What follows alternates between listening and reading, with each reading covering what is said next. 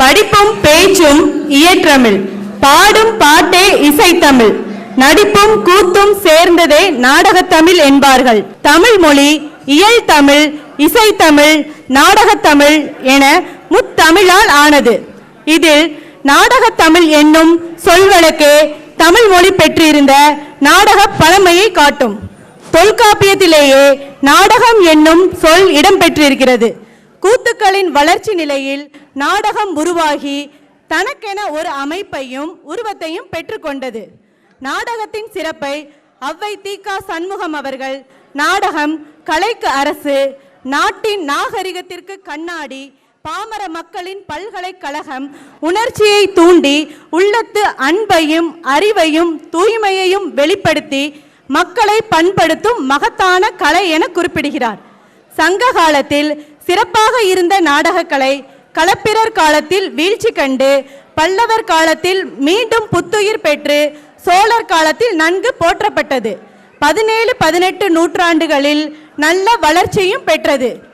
தமிழின் மேன்மை அதன் தொன்மையில் இல்லை, தொடர்ச்சியில் உள்ளது என்ற உணர்ச்சி கிணங்க பலராலும் பல வகை பங்களிப்பில் நாடகக்கலை சிறப்பான வளர்ச்சியை பெற்றது. அதில் முக்கியமானவர்களாக பம்மல் சம்பந்தம் முதலியார் இருக்கிறார். மேலும் நவாப் ராஜமாணிக்கம், டி.கே.எஸ். சகோதரர்கள், RS. Manohar, so. Ramasamy, KA. Thangavelu, நடிகர் சிவாஜி கணேசன் மற்றும் நாடகக்கலைக்கு சிறப்பான பங்களிப்பை செய்துள்ளனர்.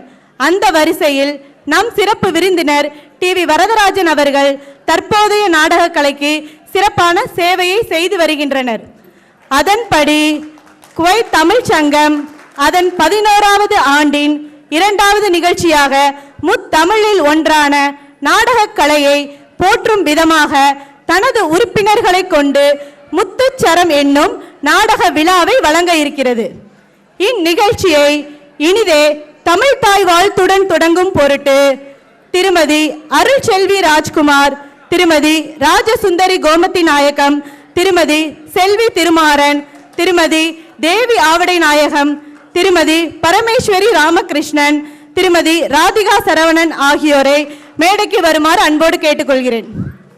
நீராரும் கடலொடுத்த நிலமடந்தை கெளிலொழுகும் சீராரும் வதனமென திகழ்பரத கண்டமிதில் தெக்கணமும் அதில் சிறந்த திராவிடனல் திருநாடும் தக்க சிறு பிறை நுதலும் தரித்தனரும் திலகமுமே அத்திலக வாசனை போல் அனைத்துலகும் இன்பமுற எத்திசையும் புகழ் மணக்க இருந்த பெரும் தமிழனங்கே தமிழனங்கே உன் சீரிலமை திறம்பியந்து செயல் மறந்து வாழ்த்துதுமே வாழ்த்துதுமே வாழ்த்துதுமே.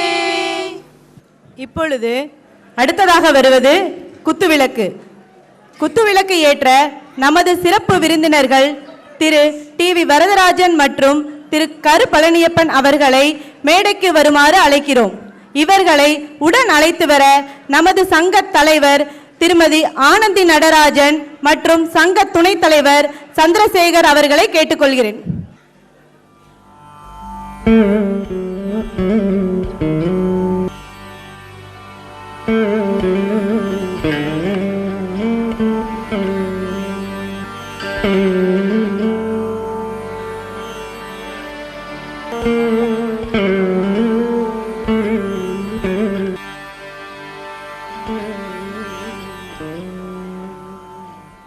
நிகழ்ச்சியின் அடுத்ததாக இனிய தமிழில் மழலை செல்வங்கள் பாடும் திருக்குறள்.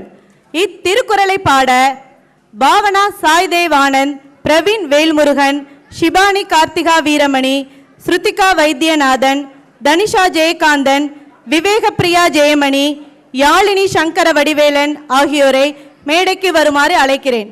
இதன் ஒருங்கிணைப்பாளர்கள் திலகம் மற்றும் ஸ்ரீதேவி. அனைவருக்கும் இனிய மாலை வணக்கம். அகரம் முதல எழுத்தெல்லாம் ஆதி பகவன் முதற்றே உலகு. கற்க கசடர கற்பவை கற்றபின் நிற்க அதற்கு தக. தீனார் சுட்டபுண் உள்ளாரும் ஆறாவே நாவினார் சுட்டவடு. அடக்கம் அமரருள் உய்க்கும் அடங்காமை ஆரிருள் உய்த்து விடும்.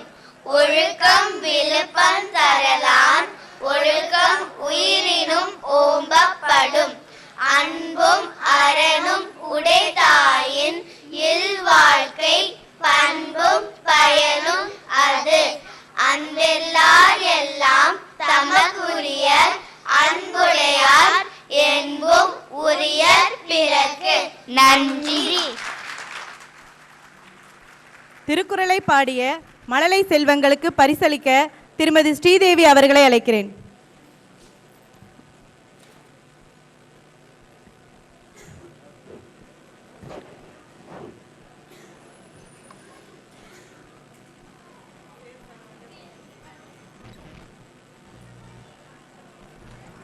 நிகழ்ச்சியின் அடுத்ததாக தமிழர்களின் கவிஞன் மகாகவி பாரதியாரின் பாடலை பாட கிரிநாத் நாகராஜன், ஐஸ்வர்யா கணேஷ் பாபு, அமிர்தா வீரப்பன், அக்ஷயா கணேஷ் பாபு, ஆதித்யா ராஜ்குமார், சுஜித் சதீஷ்குமார், நீலாஸ்ரீ பாண்டியோர் ஆகியோரை மேடைக்கு வருமாறு அழைக்கிறேன்.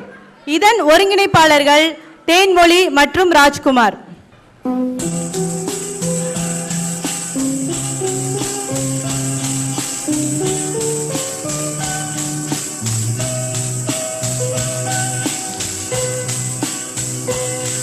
காக்கை சிறகினிலே நந்தலாலன் கரிய நிறம் தோன்றுதே நந்தலாலா. காக்கை சிறகினிலே நந்தலாலன் கரிய நிறம் தோன்றுதே நந்தலாலா.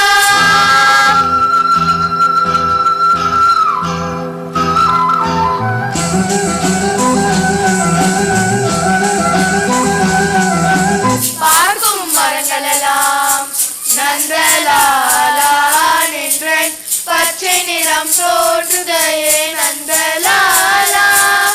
காக்கை சிறகிலே நந்தலாலன் என்றன் கரிய நிறம் தோன்றுதே நந்தலாலா.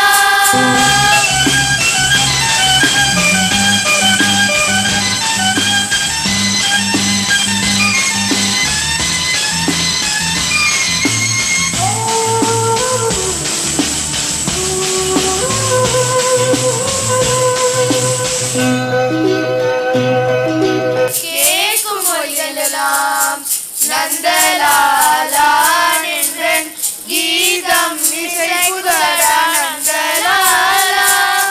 காக்கை சிறகினிலே நந்தலாலன் என்றன் கரிய நிறம் தோன்றுதே நந்தலாலா.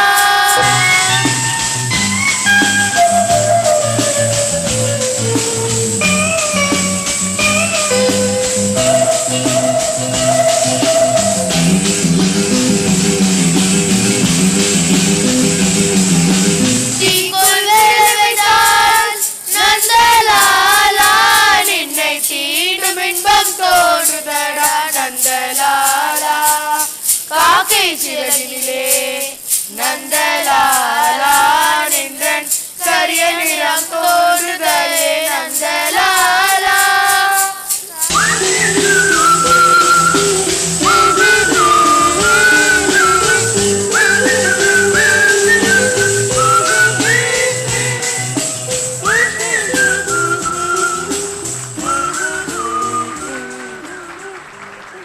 இவர்களுக்கு பரிசளிக்க திருமதி தேன்மொழி அவர்களை அன்புடன் அழைக்கிறேன்.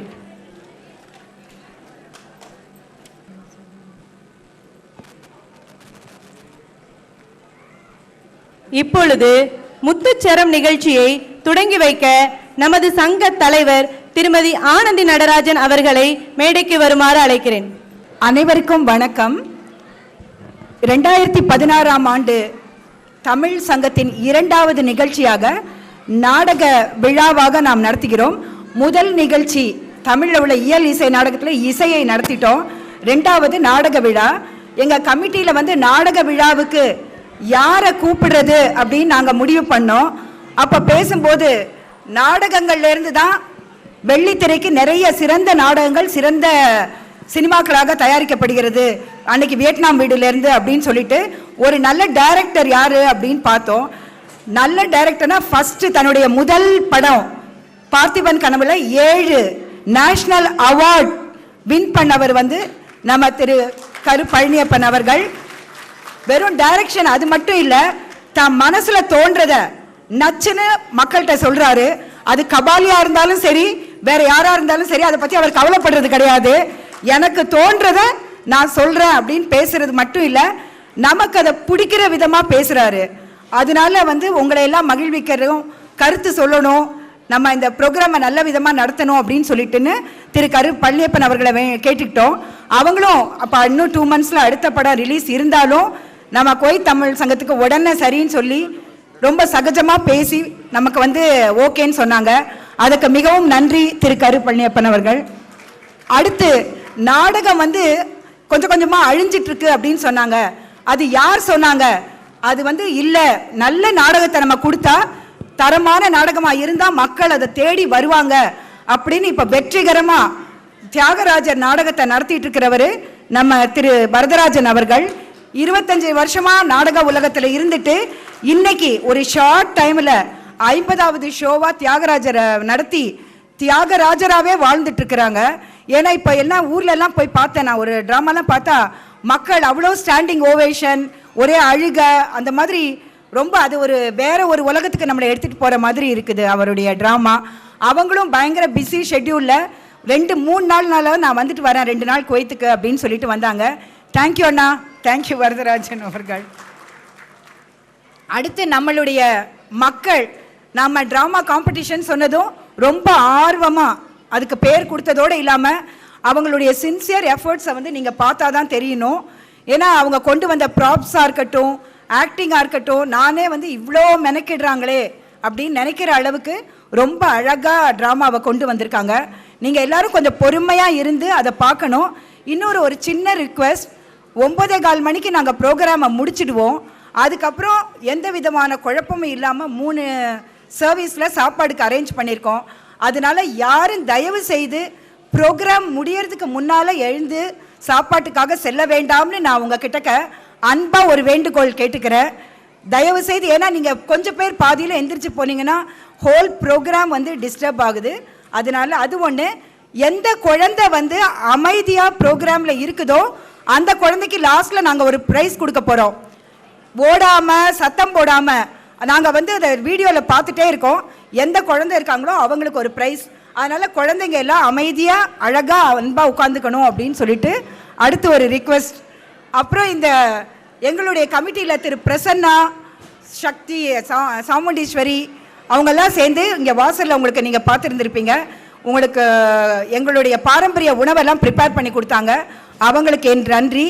நீங்கள் எல்லாரும் இந்த விழாவை சிறப்பிக்கிறதுக்கு ரொம்ப நன்றி. வருக வருகன்னு வேண்டிக்கிறேன். தேங்க்யூ.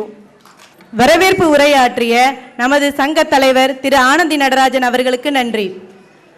நமது அழைப்பை ஏற்று விழாவை சிறப்பிக்க தாயகத்திலிருந்து வருகை புரிந்திருக்கும் மரியாதைக்குரிய நாடக இயக்குனர் மற்றும் நடிகர் டிவி வரதராஜன் அவர்களையும் திரைப்பட இயக்குனர் மற்றும் நடிகர் திரு கரு பழனியப்பன் அவர்களையும் அறிமுகப்படுத்த மேடைக்கு வருமாறு அழைக்கிறேன்.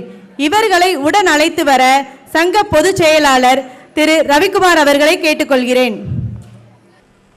மீண்டும் உங்களை எல்லாம் சந்திக்கின்ற ஒரு அருமையான வாய்ப்பினை சகோதரி ஆனந்தி அவர்களும் குவைத் தமிழ்ச்சங்கமும் எனக்கு அளித்திருக்கிறார்கள்.